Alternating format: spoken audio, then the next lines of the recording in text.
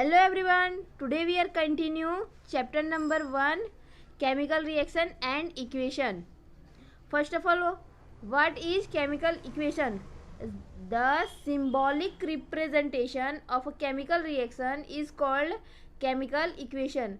कोई भी chemical reaction को सिंबल में रिप्रेजेंट करते हैं तो वो होता है केमिकल इक्वेशन. ओके, तो जैसे मैग्नीशियम है तो मैग्नीशियम और in presence of oxygen burn करता है तो ये जो बनता है वो क्या बनता है मैग्नीशियम ऑक्साइड. ठीक है, तो ये हमने इसके सिम्बॉल्स लिखने हैं, मैग्नीशियम के Mg, ऑक्सीजन का O2. तो ये जो है ये सिम्बॉलिक रिप्रेजेंटेशन है. ठीक है, अब जो है इसके फीचर्स कुछ, तो the reactant are return on left hand side with plus sign between them and the product are written on the right hand side with a plus sign between them. तो इसे क्या समझ आया? अगर कोई जो रिएक्टेंट है तो कोई भी रिएक्टेंट हो तो उनके बीच में प्लस साइन होगी और वो जो हैं वो लेफ्ट हैंड साइड में होंगे.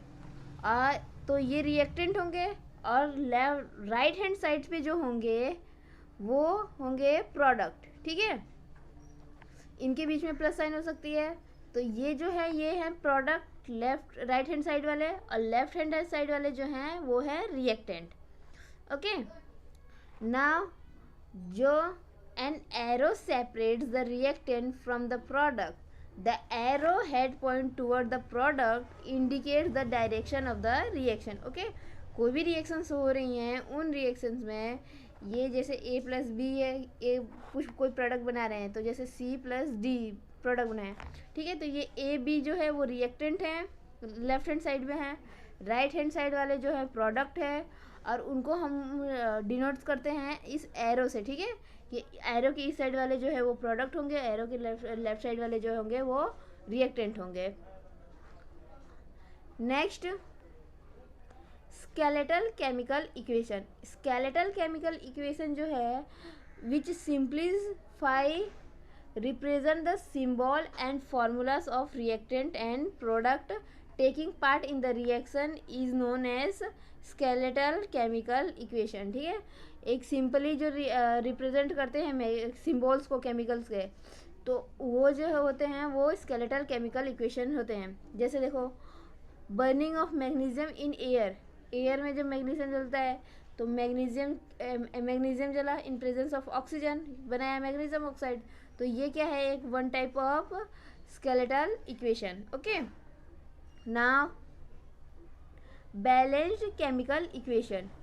बैलेंस केमिकल इक्वेशन जो है, a balanced equation is a chemical equation in which number of atom of each element is equal on both side of the equation. मतलब क्या कि number of atoms of element on the reactant side is equal to number of atom on the element of the product side. ठीक है, तो जितने atom reactant के side होंगे उतने ही एटम प्रोडक्ट के साइड होंगे, तो वो होंगे एक बैलेंस्ड इक्वेशन. जितने एटम यहाँ पे अगर 4 एटम है तो 4 एटम जो है वो प्रोडक्ट साइड के भी होने चाहिए, तब ये एक केमिकल बैलेंस्ड इक्वेशन होगा. अब जैसे देखो यहाँ पे मैग्नीशियम जो है प्लस ऑक्सीजन. ठीक है, तो ये क्या बनाता है मैग्नीशियम ऑक्साइड. यहाँ पे जो ऑक्सीजन है ये 2 ऑक्सीजन है और यहाँ पे एक ही ऑक्सीजन है, तो ये बैलेंस्ड इक्वेशन नहीं है. तो इसको हमें अगर बैलेंस करना है तो हम क्या कर देते हैं 2. तो अब जो है यहाँ पे ये बैलेंस्ड हो गया. हाँ, 2 मैग्नीशियम 2 ऑक्साइड, यहाँ पे भी 2 मैग्नीशियम 2 ऑक्सीजन. ठीक है, तो ये जो पूरी इक्वेशन हुई ये अब क्या होगा, ये बैलेंस्ड इक्वेशन. और एक बात याद रखना, बैलेंस करने के लिए अभी जो है हम सिर्फ आगे ही कोई एटम्स के नंबर लगा सकते हैं, इससे पहले कुछ नहीं. ठीक है, एक और एग्जांपल देख लेते हैं. तो वो एग्जांपल है जैसे आपने लिया Fe plus H2O water, it gives Fe3O4 plus hydrogen. Okay, अब ये जो रिएक्शंस हैं इन रिएक्शन में आप देख रहे हो कि इसको बैलेंस करना है। तो बैलेंस करने के लिए एक बात बता दूं मैं आपको कि आप इसके पहले यहाँ पर कोई भी नंबर लगा सकते हो, 6, 10, 8 जो भी नंबर लगा, लेकिन इसके नीचे यहाँ पे जो है यहाँ पे कोई नंबर नहीं लगा सकते, ठीक है। तो ये याद रखनी है। तो अब हमें इन रिएक्शन को बैलेंस करना है। तो इसके लिए हम पहले क्या देखेंगे कि अगर देखो यहाँ पे Fe3 है यहाँ, और इस साइड Fe कितना है, एक ही Fe है। तो इसको बैलेंस करने के लिए हम 3 लगा सकते हैं। तो Fe तो बैलेंस हो गया, ठीक है। ऑक्सीजन यहाँ पे कितने हैं, 4 है। राइट हैंड साइड में देखो ऑक्सीजन 4 है, और यहाँ पे ऑक्सीजन कितने हैं, एक ही ऑक्सीजन है। तो मान लो आपने 4 लगा दिया, ठीक है।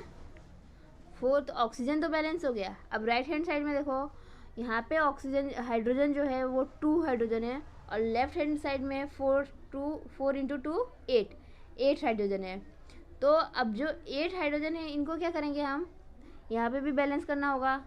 तो अगर इन बैलेंस के में यहाँ हाइड्रोजन के पास 4 लगा देते हैं हम, तो ये बैलेंस हो गया ये।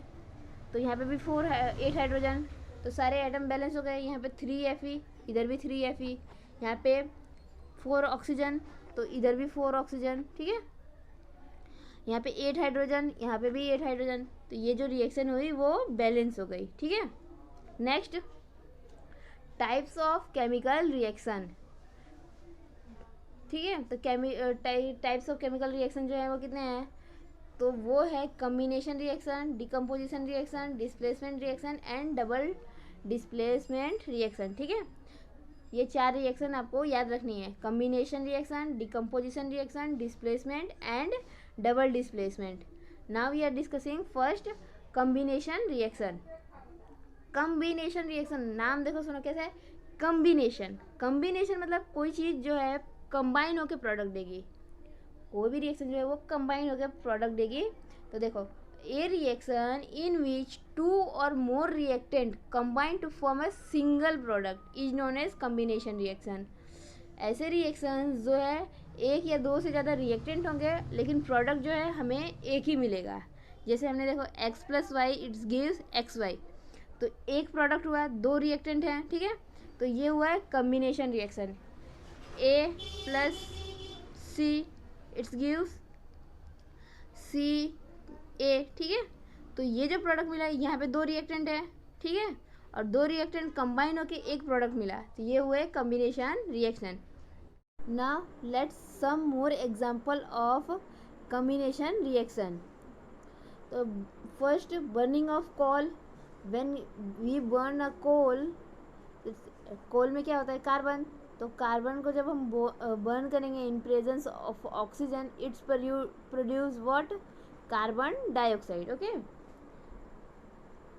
और ये जो कार्बन होगा ये कैसे फॉर्म में होगा, सॉलिड फॉर्म में। यहाँ ये जो ऑक्सीजन होगा वो कौन से फॉर्म में होगा, गैसेस फॉर्म में। और कार्बन डाइऑक्साइड जो बना वो क्या बना, गैस, ओके। नेक्स्ट है फॉर्मेशन ऑफ वाटर। वाटर का फॉर्मेशन किसमें से, from H2 and O2, oxygen और हाइड्रोजन से जो है वाटर का फॉर्मेशन। तो हम हाइड्रोजन को रिएक्ट करवाएंगे ऑक्सीजन से, तो ये फॉर्म करेगा वाटर, ठीक है, H2O। अब हम अगर इसको बैलेंस करना चाहें तो यहाँ पे ऑक्सीजन जो है वो 2 है, ठीक है, और हाइड्रोजन जो है 2 है, और इस रिएक्टेंट में। और प्रोडक्ट में देखें तो प्रोडक्ट में जो है ऑक्सीजन एक ही है, हाइड्रोजन बैलेंस है। तो अगर हमें इसे बैलेंस करना हो तो क्या कर देते हैं, तो यहाँ पे अगर हम यहाँ 2 हम लगा सकते हैं, ठीक है, पहले ही बताया था कि हम यहाँ नीचे साइड में नहीं लगा सकते। तो यहाँ हमने 2 जो है वो लगाया, तो 2 लगाया, तो यहाँ पे हमारे पास 4 हाइड्रोजन हो गए। तो राइट हैंड साइड में भी जो है प्रोडक्ट के पास हम अगर 2 लगा देते हैं तो ये रिएक्शन जो है वो बैलेंस हो गई। तो कुछ रिएक्शंस ऐसी होती हैं जो हीट प्रोड्यूस करती हैं। जैसे हमने एक रिएक्शन देखी थी कि फ्लैक्स में जब हमने डाइल्यूट HCl लिया था, इस डाइल्यूट HCl के अंदर जब हमने जिंक ऐड किया तो इसकी जो सरफेस थी वो क्या हो गई, इसमें जब हमने जिंक ऐड किया, ठीक है, इस जिंक की पीसेस ऐड किए तो इसमें से हाइड्रोजन गैस रिलीज़ हो रही थी, और उसके साथ साथ जो है ये जो सरफेस था वो क्या हो गया था, हॉट हो गया था, ठीक है। तो मतलब इसको क्या कहते हैं, इसमें से हीट रिलीज़ हुई जिसकी वजह से ये तो हीट रिलीज हुई, मतलब ये जो रिएक्शन हुआ उसमें एक्सोथर्मिक रिएक्शन, जिस रिएक्शन में से हीट रिलीज होती है वो होती है एक्सोथर्मिक रिएक्शन। तो exothermic reaction in which heat is release along with the formation of product are called exothermic chemical reaction। Okay, जिनमें से हीट रिलीज होती है वो होते हैं exothermic. For example burning of natural gas, natural gas को जब जलाओगे तो उसमें से भी हीट प्रोड्यूस होगी, जैसे CH4 methane in presence of oxygen. इस रिएक्शन को हमने जलाया तो carbon dioxide plus water produce हुआ, और उसके साथ साथ जो है हमें हीट, एक एनर्जी मिलेगी। Okay, another example is, do you know that respiration is an exothermic process. जो हम सांस लेते हैं वो भी एक क्या है, एक्सोथर्मिक रिएक्शन है। तो ये जो कैसे है, तो we know that we need energy to stay alive. हमको जिंदा रहने के लिए एनर्जी चाहिए, और ये एनर्जी जो है वो कहाँ से आती है, जो हम खाते हैं वहाँ से। तो ये जो हमारा खाना है वो क्या होता है, डाइजेस्ट होता है हमारी बॉडी में। तो डाइजेस्ट होते के टाइम क्या होता है कि फूड जो है वो ब्रोकन होते हैं इनटू सिंपल सब्सटेंस, दूसरे सिंपल सब्सटेंस में ब्रोक होते जाते हैं। For example rice, potato, breeds contain carbohydrates, ये सब जो है कार्बोहाइड्रेट्स करते हैं। और कार्बोहाइड्रेट जो है वो ब्रेक हो जाता है फ्रॉम ग्लूकोज में। This glucose combine with oxygen in the cell of our body and provide energy. ये ग्लूकोज हमारे सेल्स के ऑक्सीजन के साथ कंबाइन होते हैं और हमें एनर्जी प्रोवाइड्स करते हैं। तो ये भी one type of exothermic reactions है। नेक्स्ट जो है, the decomposition of vegetable matters into compose is an also an example of exothermic reaction. ये वेजिटेबल का डिकम्पोज होना ये भी एक एक्सोथर्मिक रिएक्शन है। ओके, नेक्स्ट क्लास में हम डिकम्पोजिशन रिएक्शन देखेंगे।